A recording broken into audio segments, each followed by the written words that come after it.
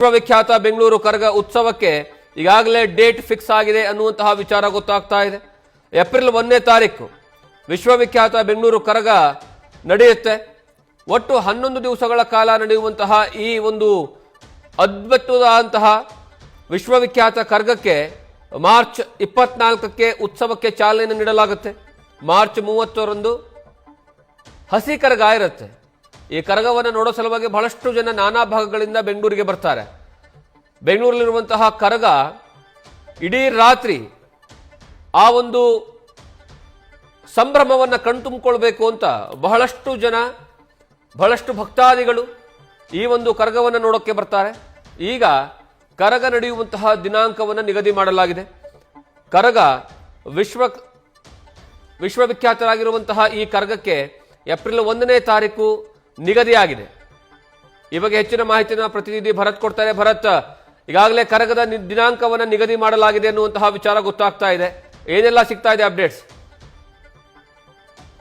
ಜಗದೀಶ್, ಬೆಂಗಳೂರು ವಿಶ್ವವಿಖ್ಯಾತ ಕರಗಗೆ ಇವತ್ತು ದಿನಾಂಕ ನಿಗದಿ ಮಾಡಿದ್ದಾರೆ. ಅಂದ್ರೆ ಕರಗ ಉತ್ಸವ ದಿನಾಂಕ ಸಮೀಪ ಬರ್ತಾ ಇದ್ದಂತ ಕಾರಣವಾಗಿ ಇವತ್ತು ಪೂರ್ವಭಾವಿ ಸಭೆಯನ್ನ ಆಯೋಜನೆ ಮಾಡಿದ್ರು. ಅಂದ್ರೆ ಮುಜರಾಯಿ ಇಲಾಖೆಯ ಸಚಿವರಾಗಿರುವಂತಹ ರಾಮಲಿಂಗಾರೆಡ್ಡಿ ಅವರು, ಜೊತೆಗೆ ಮುಜರಾಯಿ ಇಲಾಖೆಯ ಆಯುಕ್ತರು, ಜೊತೆಗೆ ಧರ್ಮರಾಯ ಸ್ವಾಮಿ ದೇವಸ್ಥಾನದ ಆಡಳಿತ ಮಂಡಳಿ, ಜೊತೆಗೆ ಕ್ಷತ್ರಿಯ ಸಮಾಜದ ಮುಖಂಡರು ಎಲ್ಲರೂ ಕೂಡ ಇವತ್ತಿನ ಸಭೆಯಲ್ಲಿ ಭಾಗವಹಿಸಿ ಒಂದಿಷ್ಟು ರೂಪುರೇಷೆಗಳ ಬಗ್ಗೆ ಚರ್ಚೆ ಮಾಡಿದ್ರು.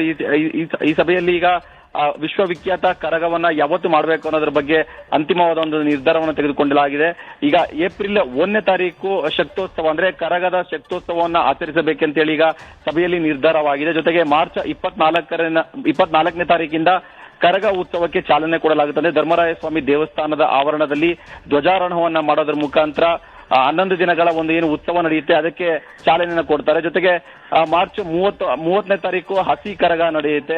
ಹಾಗಾಗಿ ಒಟ್ಟಾರೆ ಈ ವರ್ಷ ತುಂಬಾ ಅದ್ದೂರಿಯಾಗಿ ಕರಗ ಮಾಡಬೇಕು ಅನ್ನೋ ಹಿನ್ನೆಲೆಯಲ್ಲಿ ಇವತ್ತು ಸಭೆ ಮಾಡಿ ಸಭೆಯಲ್ಲಿ ಒಂದಿಷ್ಟು ಯೋಜನೆಗಳನ್ನ ರೂಪಿಸಿರುವಂತದ್ದು. ಅಂದ್ರೆ ಮೈಸೂರು ದಸರಾ ಸಮಯದಲ್ಲಿ ಮೈಸೂರಿನಲ್ಲಿ ಯಾವ ರೀತಿಯಾಗಿ ಒಂದು ಲೈಟಿಂಗ್ ವ್ಯವಸ್ಥೆಯನ್ನ ಹಾಕ್ತಾರೆ, ಆ ರೀತಿಯಾಗಿ ಈ ಸಲ ಕರಗ ಉತ್ಸವಕ್ಕೆ ಲೈಟಿಂಗ್ ವ್ಯವಸ್ಥೆ ಮಾಡಬೇಕು ಅನ್ನೋದನ್ನು ಕೂಡ ಸಭೆಯಲ್ಲಿ ನಿರ್ಧಾರ ಮಾಡಿದ್ರು. ಅಂದ್ರೆ ಚಿಕ್ಕಪೇಟೆ, ಬಳೆಪೇಟೆ, ಕುಂಬಾರಪೇಟೆ, ಈ ರೀತಿ ಏನ್ ಪೇಟೆಗಳಿದಾವೆ, ಪೇಟೆಗಳ ಜೊತೆಗೆ Hudson circle, Mysuru bank circle, ಈ ರೀತಿಯಾಗಿ ಕಂಪ್ಲೀಟ್ ಸುತ್ತಮುತ್ತ ಕೂಡ ಭರ್ಜರಿಯಾಗಿ ಒಂದು ಲೈಟಿಂಗ್ ಆಗ್ಬೇಕಾಗುತ್ತೆ. ಜೊತೆಗೆ ಕರಗ ಉತ್ಸವಕ್ಕೆ ಚಾಲನೆ ಕೊಡುವ ದಿನದಿಂದ ಕರಗ ನಡೆಯುವ ದಿನದವರೆಗೂ ಸಾಂಸ್ಕೃತಿಕ ಕಾರ್ಯಕ್ರಮಗಳನ್ನು ಕೂಡ ಹಮ್ಮಿಕೊಳ್ಬೇಕು ಅಂತೇಳಿ ಅದಕ್ಕೊಂದೀಗ ಒಂದು ಜಾಗವನ್ನ ಫಿಕ್ಸ್ ಮಾಡೋದು ನಿಟ್ಟಿನಲ್ಲಿ ಈಗ ಪೊಲೀಸರಿಗೆ ಒಂದು ಸೂಚನೆಯನ್ನು ಕೂಡ ಕೊಡಲಾಗಿದೆ. ಅಂದ್ರೆ ಕಾರ್ಯಕ್ರಮಗಳು ನಡೆಯುವಂತಹ ಸಂದರ್ಭದಲ್ಲಿ ಹೆಚ್ಚಿನ ಜನಸಂಖ್ಯೆ ಸೇರುವಂತಹ ಸಾಧ್ಯತೆ ಇರುತ್ತೆ. ಹಾಗಾಗಿ ವಿಶಾಲವಾದ ಜಾಗ ಅಗತ್ಯತೆ ಇದೆ. ಹಾಗಾಗಿ ಕರೆಕ್ಟ್ ಆದ ಜಾಗ ಯಾವುದು ಅಂತ ಹೇಳಿ ಅನ್ನೋ ಒಂದು ನಿಟ್ಟಿನಲ್ಲಿ ಈಗ ಮುಜರಾಯಿ ಸಚಿವರಾಗಿರುವಂತಹ ರಾಮಲಿಂಗಾರೆಡ್ಡಿ ಅವರು ಪೊಲೀಸ್ ಇಲಾಖೆಗೆ ಒಂದು ಸೂಚನೆಯನ್ನ ಕೊಟ್ಟಿದ್ದಾರೆ.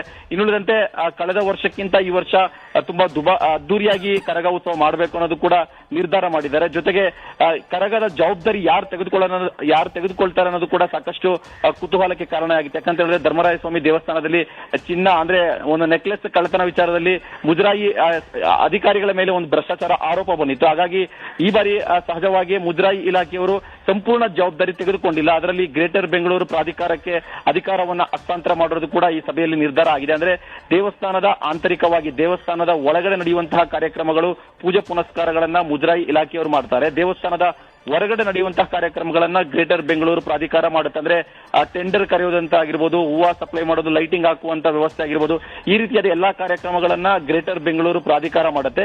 ದೇವಸ್ಥಾನದ ಒಳಗಡೆ ಅಲಂಕಾರ ಆಗಿರ್ಬೋದು ಅಥವಾ ಪೂಜೆ ಪುನಸ್ಕಾರ ನಡೆಯುತ್ತೋ ಇದು ಮುಜರಾಯಿ ಸಮಿತಿ, ಅಂದ್ರೆ ಮುಜರಾಯಿ ಒಳಗಡೆ ಆಂತರಿಕವಾಗಿ ಸಮಿತಿ ಇರುತ್ತೆ. ಆ ಸಮಿತಿಯಲ್ಲಿ ಒಂದಿಷ್ಟು ಬಜೆಟ್ ಅನ್ನ ಇರುತ್ತೆ. ಆ ಬಜೆಟ್ ನ ಬಳಸಿಕೊಂಡು ಮುಜರಾಯಿ ಇಲಾಖೆಯವರು ಮಾಡ್ತಾರೆ. ದೇವಸ್ಥಾನದ ಹೊರಗಿನ ಕಾರ್ಯಕ್ರಮಗಳು ಏನಿರುತ್ತೆ ಎಲ್ಲಾ ಕಾರ್ಯಕ್ರಮಗಳನ್ನ ಗ್ರೇಟರ್ ಬೆಂಗಳೂರು ಪ್ರಾಧಿಕಾರ ಮಾಡುತ್ತೆ. ಜೊತೆಗೆ ವ್ಯವಸ್ಥಾಪನಾ ಸಮಿತಿ, ಅಂದ್ರೆ ಧರ್ಮರಾಯ ಸ್ವಾಮಿ ದೇವಸ್ಥಾನದಲ್ಲಿ ವ್ಯವಸ್ಥಾಪನಾ ಸಮಿತಿ ಇತ್ತು. ಅಂದ್ರೆ ಸತೀಶ್ ಅವರ ನೇತೃತ್ವದಲ್ಲಿ ಸಮಿತಿ ಇತ್ತು. ಆ ಸಮಿತಿ ಇವತ್ತಿಗೆ ಕೊನೆ ಆಗಿದೆ. ಇವತ್ತಿಂದ ಹೊಸ ಸಮಿತಿ ಜಾರಿಗೆ ಆಗಿರುವಂತದ್ದು. ಅಂದ್ರೆ ಚಲಕೆರೆ ನಾರಾಯಣ ಸ್ವಾಮಿ ಅವರ ಅಧ್ಯಕ್ಷತೆಯಲ್ಲಿ ಇವತ್ತಿಂದ ನೂತನವಾದ ಒಂದು ಸಮಿತಿಯನ್ನ ಜಾರಿಗೆ ಮಾಡಲಾಗಿದೆ. ಇನ್ನ ಈ ವರ್ಷದ ಒಂದು ಕರಗದ ಒಂದು ಜವಾಬ್ದಾರಿ ಕೂಡ ಆ ಸಮಿತಿಯೇ ತೆಗೆದುಕೊಳ್ಳುತ್ತೆ. ಒಟ್ಟಾರೆ ಕಳೆದ ವರ್ಷಕ್ಕಿಂತ ಈ ವರ್ಷ ಅದ್ದೂರಿಯಾಗಿ, ವರ್ಣರಂಜಿತವಾಗಿ, ಸಂಪ್ರದಾಯವಾಗಿ ಅದೇ ರೀತಿಯಾದ ಒಂದು ಸಂಪ್ರದಾಯ ನಡೆದುಕೊಂಡು ಬರ್ತಾ ಇತ್ತು. ಆ ಸಂಪ್ರದಾಯದಲ್ಲಿ ಕರಗ ಮಹೋತ್ಸವ ಮಾಡೋದಕ್ಕೆ ನಿರ್ಧಾರ ಆಗಿದೆ. ಜೊತೆಗೆ ಯಾವುದೇ ರೀತಿಯಾದ ವಿವಾದಗಳು, ಕಪ್ಪುಚಿಕೆಗಳು ಆಗದೇ ಇರೋ ರೀತಿಯಲ್ಲಿ ಕರಗವನ್ನ ಮಾಡ್ತೀರಿ ಅಂತೇಳಿ ಸಭೆಯಲ್ಲಿ ಒಮ್ಮತದ ಒಂದು ನಿರ್ಧಾರ ಕೂಡ ಆಗಿರುವಂತದ್ದು. ಜಗದೀಶ್.